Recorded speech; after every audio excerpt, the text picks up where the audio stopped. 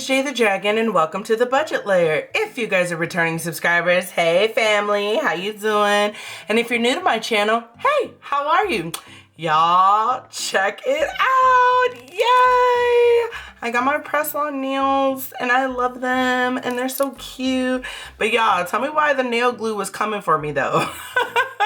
Why was it after me though? All right, you guys, so I told you guys that I would be doing a credit card video. I'm going to step through how I was able to increase my credit score. Again, you guys, I'm gonna have to make this public service announcement. This is for me. I'm just letting you guys know the steps that I took. It is not the same for everybody. The programs may not work the same for you as they do for me because everybody's lifestyle, everybody's credit, everybody's abilities are all completely different, okay? I don't want you guys to try to do the identical steps that I did and come for me if it doesn't work, okay? I'm just trying to give you guys a head start on what could potentially happen because what I did, it worked, okay? Throughout this video, I'm gonna be posting some videos. I'm gonna be posting some pictures in accordance to what I'm telling you guys here, okay? So let's get this started. All right, first, I wanna let you guys know I use Credit Karma. I know there is a bunch of credit apps or credit sites that you guys can use to keep track of your credit. I have had Credit Karma since Credit Karma came out and I love it. I haven't had any issues with it. I don't think there's like an affiliate link or anything like that, but I will post the Credit Karma like website just in general down below if you guys don't have Credit Karma and want to try it out. What I like about Credit Karma, okay, you guys, this isn't sponsored. I wish, but it's not. One thing that I like about Credit Karma, you guys, is that it shows you what you owe.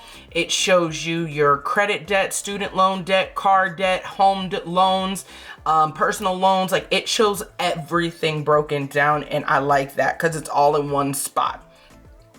Also on Credit Karma, what they do is they show you what cards you qualify for. So that's actually how I got both of these, okay?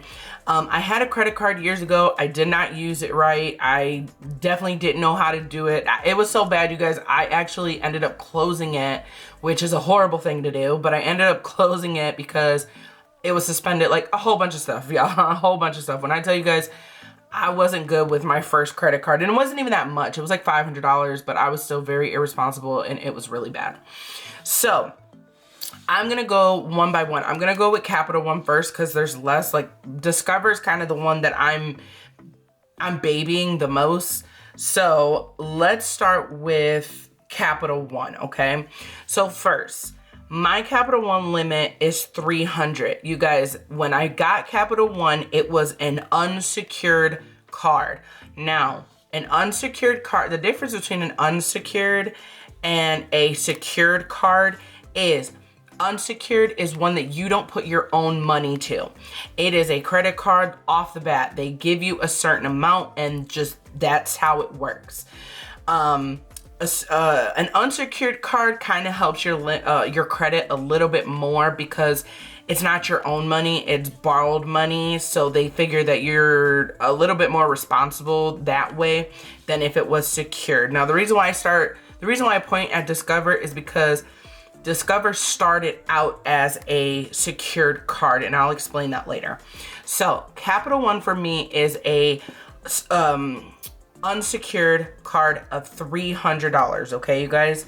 So with $300, you never, ever, ever want your bill statement whenever there is a report date, okay? I'm gonna tell you guys the difference between a due date and a report date. You never want your report date to have more than 30%. What I mean, okay? I've spent my card, and I'll post a picture here. I know that it says like one amount.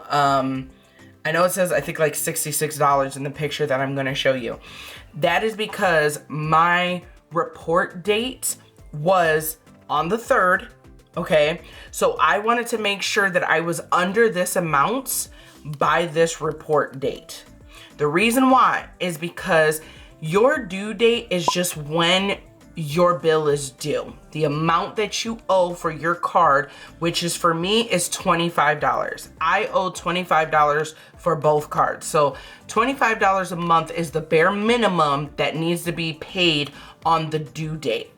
Now, the report date is the date that the credit bureaus pull your card amount. So you guys wanna make sure that you keep track of what your report date is, because it is possible, I wouldn't recommend it, but I'll tell you this, I have done it, where I've paid like the bare minimum on the 28th, but before the report date came out, I made another like lump sum payment.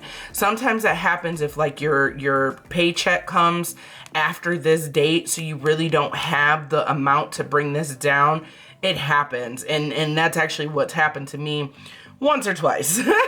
So what I've been doing to build my credit, okay, is that I have used the $300 or close to it. Like I will use maybe like $240. And then once the due date comes, I will pay this down. Okay, let me be honest with you guys. I'm gonna be so straightforward, and hopefully I don't get in trouble. I don't think I'm a big enough channel where these people are gonna come for me. But credit cards need to be needed, you guys. It sounds horrible, but it's true. Credit cards need to feel like you need them. If they feel like you don't need them, they're not gonna work with you. When I say they're not gonna work with you, your credit, your limit increase will not happen. The way that they track your expenses when it comes to reporting to the credit bureau or your increase, it's just, they need to feel needed. Now, this is just, again, me personally. So what I do is, when, like, let's say that I do spend the whole $300, I would make sure that I pay back at least $210. I will never pay it down to zero. Do not ever pay your card down to zero. Always keep 30% or below on your card, okay? That is how I've been raising my credit. My credit score has jumped within the past 2 months well over 100 points. Well over. Like, you guys, I was at like 490 and now I'm at like 622.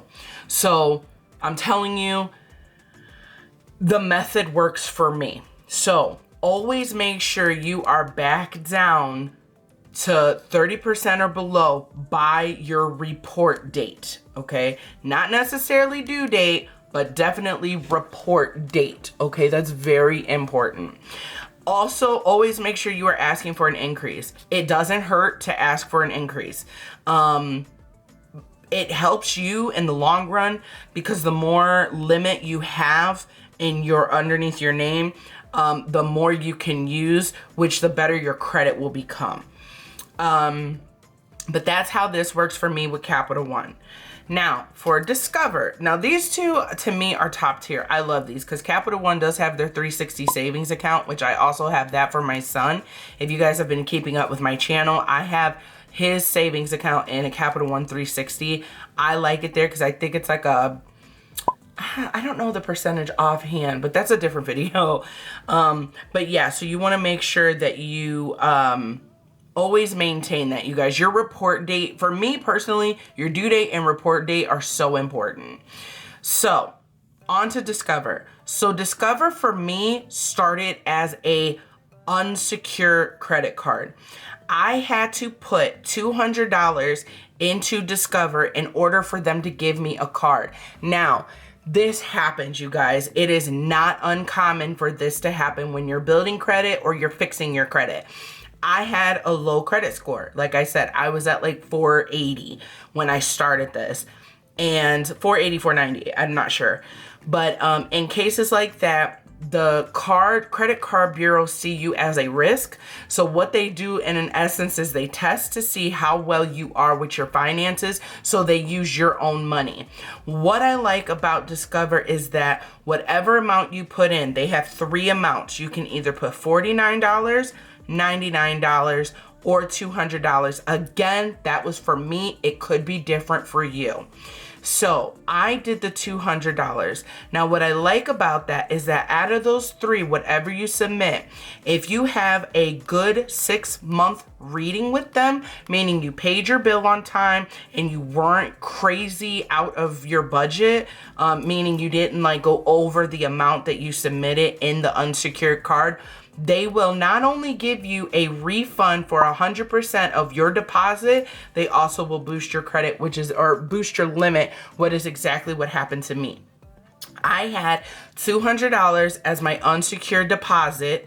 And then once I proved to them for 6 months that I was able to maintain it and I paid my bill on time, I made sure I stayed underneath the 30%, I was able to get the $200 back, and they increased my limit to $500, which overall brought my limit up to $800. So now it looks like I'm more responsible when it comes to credit, as well as now I have 2 unsecured credit cards, which benefits me. So now, since I have a 500 limit, my 30% ratio is now higher than this one. So now it's 150. So every month, regardless of what I spend, by the time my due date comes along, and definitely before my report date, I want to make sure that my card is back down to at least under or at 30%. That's what the credit bureaus look at. They want to see how often you're using your card, and if you're getting your card, like if you're overextending your card to the limit that it needs to be. Okay? Again, Discover is one of those where you want to make sure that you ask for an increase. Discover goes by every 6 months, but that is for me. What I love about Discover as well, my favorite part about Discover, which is why I am really babying this one, is that for the first year, because I am still in my first year will end June 18th, I believe, I will get a percentage match back. What that means is, every time you use your Discover card, you get between 1 and 2% cash back at the end of each month.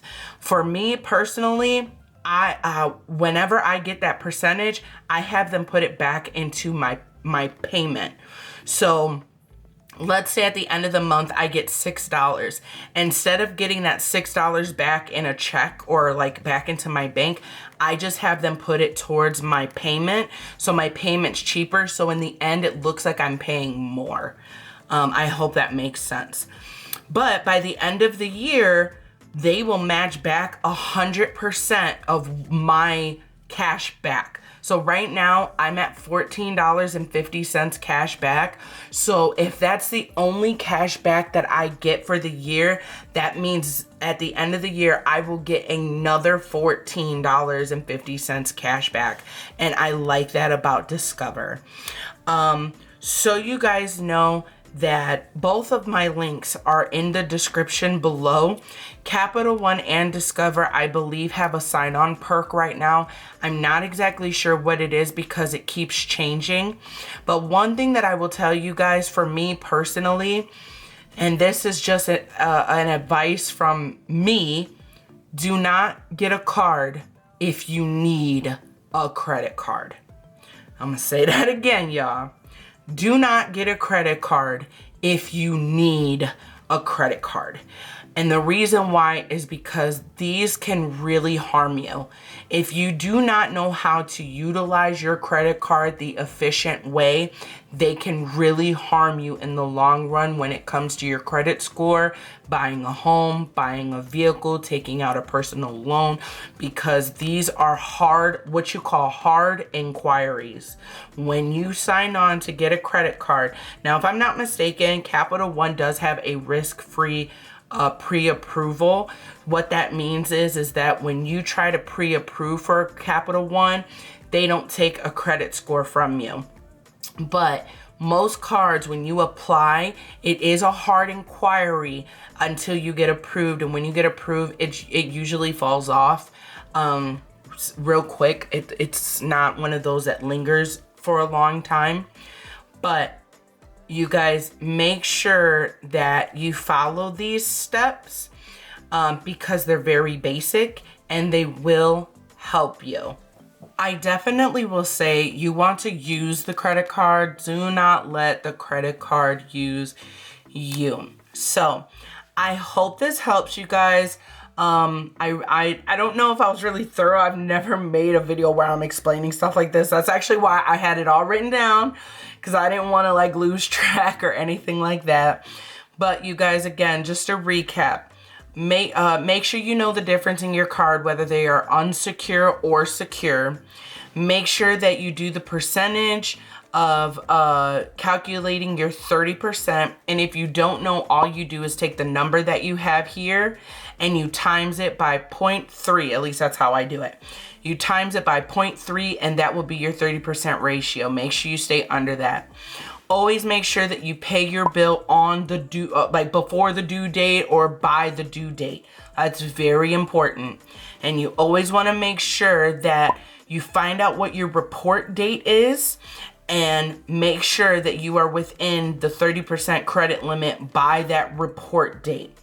Always make sure you ask for an increase in your cards. Again, like I said, credit cards like to feel like they're needed and they need to be needed.